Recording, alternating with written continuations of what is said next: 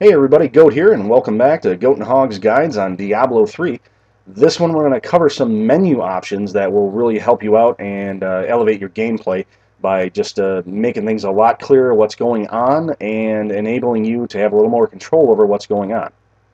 Now, first off, I've set everything back to the defaults as best I know, and you'll see we can't tell how much life any of those guys have except for the ones you have currently selected.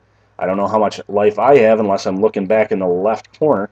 I didn't like that. I thought, hey, I wish I could actually see them better to tell what's going on because I don't want to have to glance at different corners. I want to be able to look right where I'm at.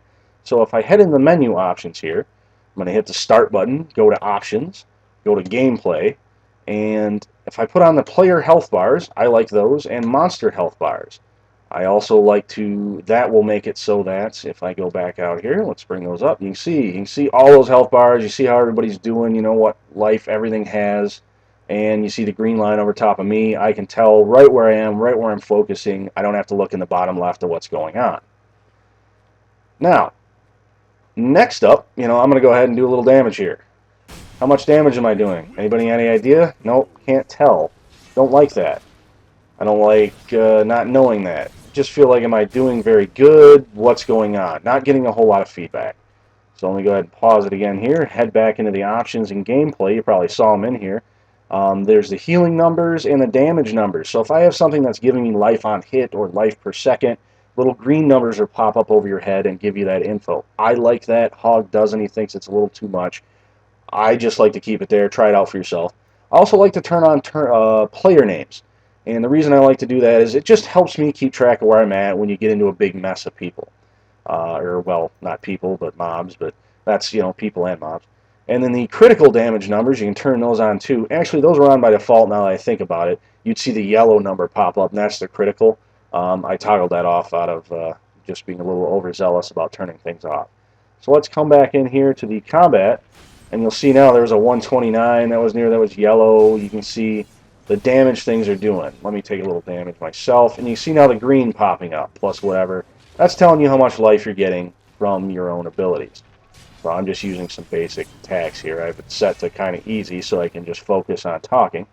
So alright, we have that down. Now, abilities-wise, rend here. I don't use it too often because at this level, because it's a damage over time, and I could have killed it probably faster. So I'd rather have a different option there. But with the current way things are set, you can only have a primary, a secondary, a defensive, a might, and a tactics, and then soon I'll unlock a rage-based one. Well, maybe I want to do primary attacks because I like the stun chance that I'm going to get off of Bash there, and I want to have that as an available thing. Or, who knows. Um, so, what you do there is you go over to your options again, and you go to your gameplay, and you turn on Elective Mode. Now, Elective Mode, what that does, we'll back out here again, I go to the skills. Actually, I had it on earlier, that's why that's actually there.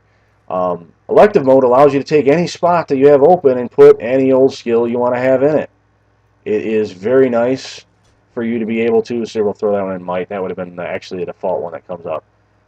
That allows you to go to any skill and move it around. Maybe you like your right trigger to be throwing that spear out. Maybe you like your leap to be on there. I'm going to go ahead and put that on. So you can have two of them of any type. You can put whatever runes you want in them. I can do that and this. It makes it a lot handier. It makes it easier for you to customize your character in order to your own play style, and that's just, it makes it a lot nicer, and I think you can do more damage and defensive that way. Now the last thing is, speaking of more control over your character and being able to do more offense and defense, if you look right now at the menu on the skills, it just says swing your weapon in arc and strike multiple enemies. Brutally strike an enemy with a chance to knock back. Well, how hard is brutally striking? I mean, granted, it generates 8 fury per attack, but how hard is it hitting? Is that hitting harder than this one that strikes multiple enemies? How hard is it hitting those multiple enemies? That was something I used to have to go look up on the PC. I'd pull up my computer next to me, go to a wiki, and figure out, okay, that does this much damage, that does that much damage. It was a pain in the butt. So a little more digging found, if you go back here to options, to gameplay, way down here. Way down here. Show advanced tooltips. Now, if we go take a look, oh, well, cleave does 140 weapon damage to all enemies in front of the swing. That's handy to know. And, you can see the information on the rune there that they're exploding, doing 85 extra % damage to anything around in 8 yards. Now you can go to bash and say 165. Oh, so it does do 165% damage. It does more to a single target. That's worth knowing. You're going to fight a boss? Well, you want to have that. You don't want to have this, because a boss isn't going to have the extra things to fight. You're going to do more damage here. And you get to be told it's a 20% chance of knockback. And, like a 35% chance of stun. And how long the stun is. All those things give you more information about your class and about the skills that you're assigning. I'm not sure why they didn't give it to you at first. I'm going to just guess that they didn't want to overwhelm people with details and figured that people fiddling in the menus would actually find it. But once you found that and got it set up that way, it is a whole lot better to make a decision on, oh, I like to have these skills. So you can go in here and see, oh, that's doing this much damage when I do it. Whoops, I turned sideways there. So, anyways, you can see in cleave works better on these, killing multiple enemies, but one swing, and I'm going to take out, one thing harder. But anywho, those are the menu options that will allow you to get more out of your game. And if you have any questions about those, drop us a comment, drop us a like and a subscribe if we're handy for you, and watch for our next video that is going to be on crafting. I'll grab a higher level character with some more options for crafting, so I have some things laying around. And I'll show you some crafting tips and tricks, and if you have any questions there, just head into that.